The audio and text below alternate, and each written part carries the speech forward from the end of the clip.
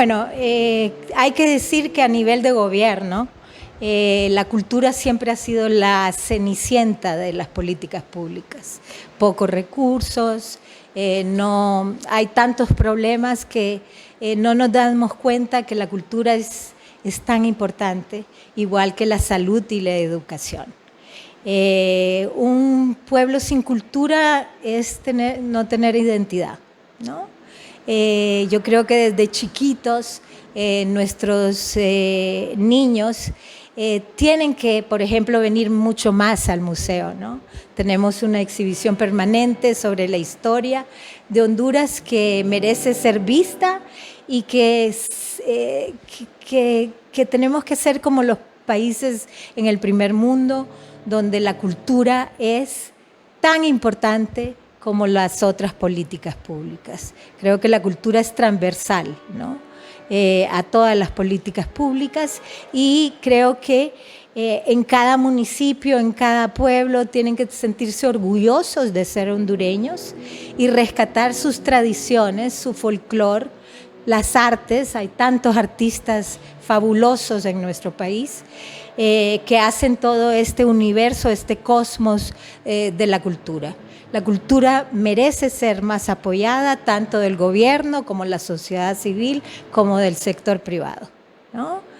Eso creo, y creo que coincidimos muchos, pero necesitamos trabajar muchísimo en el campo de la cultura en nuestro país. ¿Cuál es el papel que tiene que desarrollar el hondureño frente a este fortalecimiento de la cultura? Porque es en dos vías también, tanto el apoyo gubernamental y ustedes que hacen su parte como embajadores, como autoridades, pero ¿qué debe hacer el propio hondureño para fortalecer su identidad?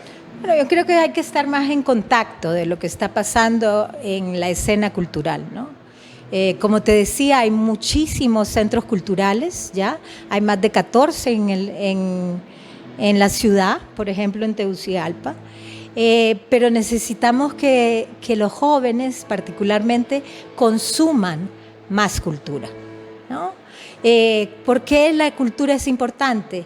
Porque te da un sentido crítico, te haces un mejor ciudadano.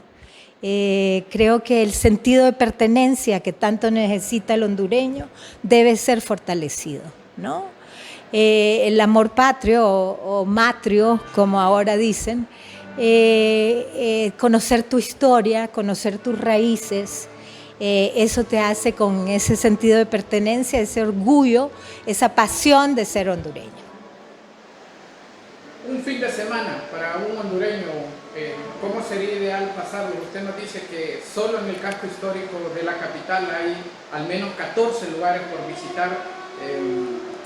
Denos un itinerario de qué puede hacer un hondureño en un fin de semana aquí en el casco histórico de nuestra ciudad capital. Tenemos aquí varios centros que puedes visitar. Podemos empezar con la Casa Morazán, con la Casa Presidencial, antigua Casa Presidencial. Después puedes pasar por MUA, Mujeres en las Artes, que siempre tienen cosas interesantísimas. Luego te puedes pasar al Museo para la Identidad Nacional. Enfrente tenemos la Galería Nacional, que he escuchado que está con riesgo de cerrar. Y luego un concierto, ¿por qué no?, en la Casa de la Cultura o en el Teatro Manuel Bonilla. Definitivamente falta consumir más cultura. Luego tenés muchos conciertos que están pasando en bares, en hoteles. Realmente que tenemos un talento extraordinario, particularmente en el mercado de la música. Creo que hay que seguir esto, ¿no? Lamentablemente no hay como, bueno, hay una plataforma que se llama PACAS, que la maneja Mujeres en las Artes, donde está generalmente todo lo que está pasando en la agenda cultural. Creo que tenemos que, no solo es de la parranda, pero podés combinar parranda y cultura, como el hecho hoy. Mucha gente viene al concurso de Catrinas y luego se van por toda la ciudad, los bares que están haciendo afters con la temática de Catrinas y Catrinis. Particularmente en el MIN, uno de los lugares que usted mencionó para hacer una visita durante un fin de semana, el MIN ha proporcionado una foto icónica que tal vez le ha dado vuelta al mundo, que es el frente de las instalaciones con las sombrillas. Sí. Una foto de que casi todo capitalino podrá gozar en su galería y cualquier extranjero que visite la capital. ¿Qué proyectos se vienen particularmente con este pasillo ya muy famoso aquí en el centro de la capital? ¿Piensan renovarlo, sostenerlo? ¿Qué proyectos tienen a futuro con esto que ya se volvió una visita obligada para el extranjero y que ya es icónico para el capitalino que vive en estas dos ciudades que conforman justamente la capital, como es Tegucigalpa y Comayagüela? Bueno, si viste, ahorita tenemos unas sombrillas blancas. Esto fue financiado por el PNUD bajo un proyecto que se llama Spotlight y es contra la violencia de la mujer. Por eso es blanco. Y eso esperemos que dure, ¿no? 6, 8 meses más. Como te decía, hemos pasado, como todos los museos en el mundo, un tiempo muy difícil con la pandemia.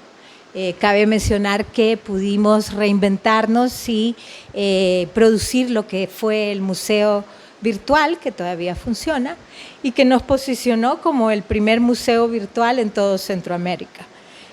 Somos de todos los museos el que más seguidores en Facebook y en las redes sociales tenemos, pero como te decía, es muy difícil, ha sido muy difícil.